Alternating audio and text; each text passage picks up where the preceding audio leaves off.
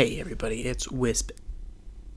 We are in the sort of pre-hype era for Fire Emblem Engage, where we're getting some character bios at completely irregular intervals. We got two in a row, and then like a week later, we got a third one, and then like 4 days later, we got another one. It's not like we're getting them every Thursday or anything like that. Like, there's no set schedule yet.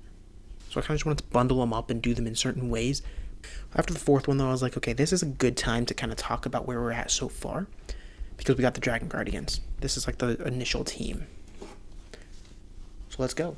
I'll brush past Alear. Alear is you, the Divine Dragon, as we're led to believe, and overall, probably blank slate. We know Amnesiac. We don't know too much about Alear. But it's us. I mean, what else is there to say? We've seen avatars in Fire Emblem before. We know how it goes.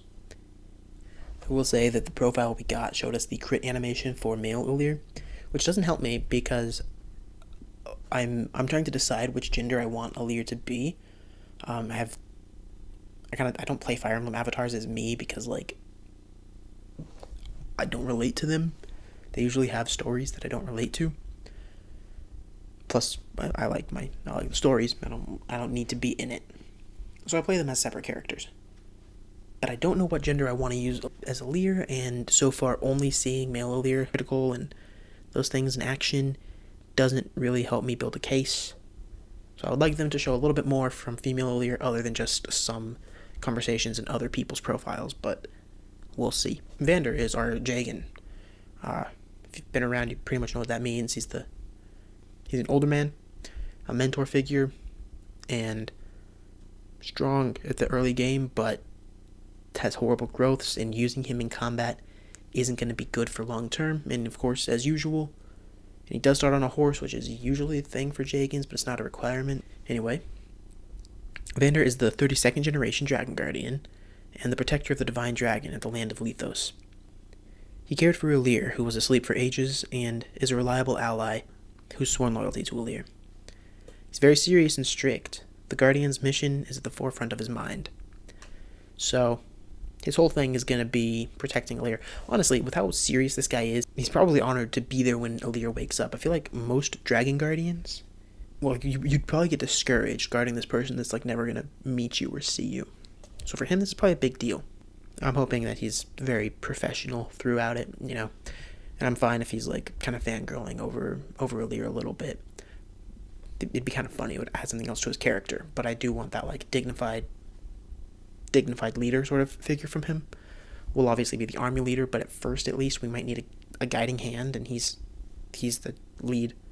Like, he's the 32nd generation of Guardians, leading in the 33rd, so he should kind of by default be in charge at first until we're ready. So next up we see Cram. He's the boy in green, and he's probably the Abel or the Panther side of the Cain and Abel or Bull and Panther duo.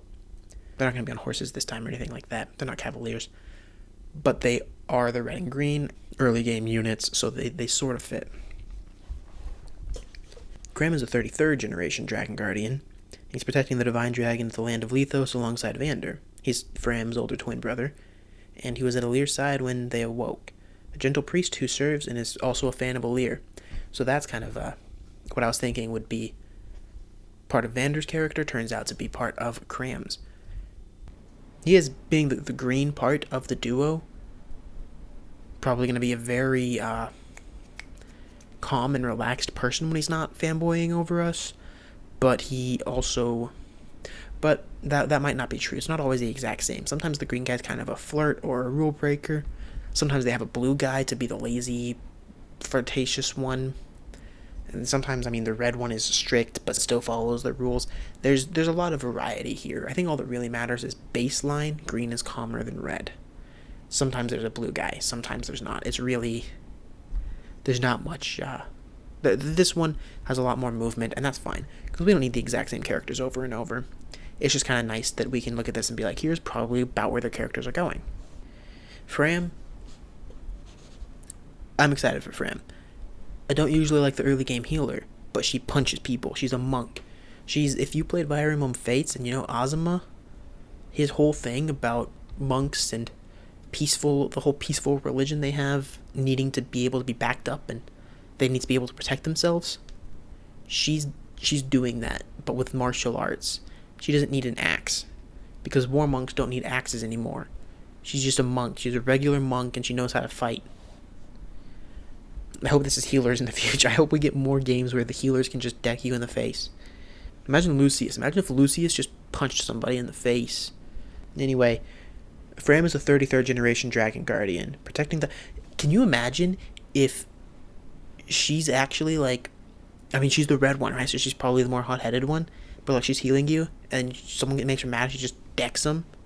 And she's full on just physically, like, gets in a fist fight with them. Fram is a 33rd generation dragon guardian, protecting the divine dragon in the land of Lethos, same as everybody else.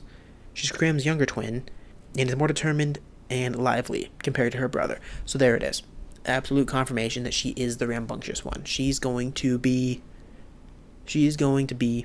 rambunctious. She's going to get in a lot of fights. That's not confirmed, but I think that I can... I mean, Lissa from Fire Emblem Awakening was the healer, but she had that mean streak. She likes to do pranks on Crom, but when people called her delicate, she got really mad about it. You could totally see her swinging her axe at someone's face if she was mad. I don't think Fram's necessarily going to be, like, borderline unstable like Lissa was, but hot-headed, willing to fight, almost definitely. Cram's probably going to be much more reserved. I'm starting to think that his fanboyism might not be like an outward, like, screaming, but more of like an inward, like, can't breathe, you know? But either way, we've got our fanboy, we've got our guardian and our mentor, and then we've got this rambunctious person, and it's going to be a really lively early group, and it's probably going to be like one mission with only those four. We usually get our early allies really quickly. But I think it's going to be a really lively group and a really memorable first four. And, if it matters, we've got a sword, axe, mage, and fist, or healing. So we have the setup that Fire Emblem Heroes could make them a banner.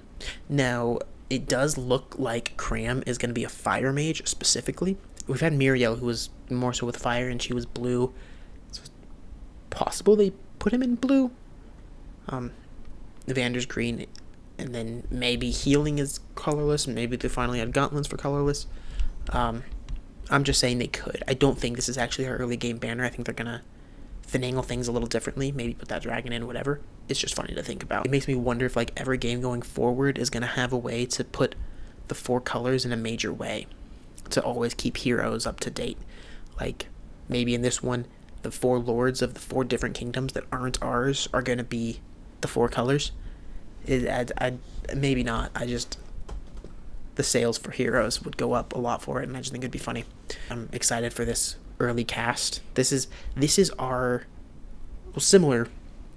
It's a little different because Frederick is Crom's mentor, and then Crom has Robin and Lissa as his, like, early game followers, but, like, Robin's more of a tentative follower. It's not the exact same, but it's kind of an iconic group. I've seen a lot of people still talk about Crom's relationship with each of those four individually, and then you also get Frederick's relationship with Lissa and his mistrust of Robin. So those early game units, the Chapter 1 units, are kind of a big deal. Obviously, the relationships are going to be different, because this time there is no Crom and then Robin. It's just Alir, who's supposed to be both. He's both, and it's just Alir, who's just the main one and the avatar. But these characters are, instead of Alir having a sibling, there's already other siblings. Like, it's a different group. I'm not trying to say it's the exact same. I'm just saying early 4. It's going to be a huge thing, I think. And I think that with all the shots we already got of these 4 standing and, like, the really cool graphics, it's probably going to be a group to remember. And as we start to add more, it's going to be awesome. But those are more like, this character's really cool, or like this character's and this character's relationship or friendship. But this is our group of 4. I feel like I said that fairly, and you know, then if I have a wonderful period of time until I see you next. If I'm wrong, we'll all just laugh at me. It's fine. I think these 4 are going to be iconic together, but time will tell. Thank you.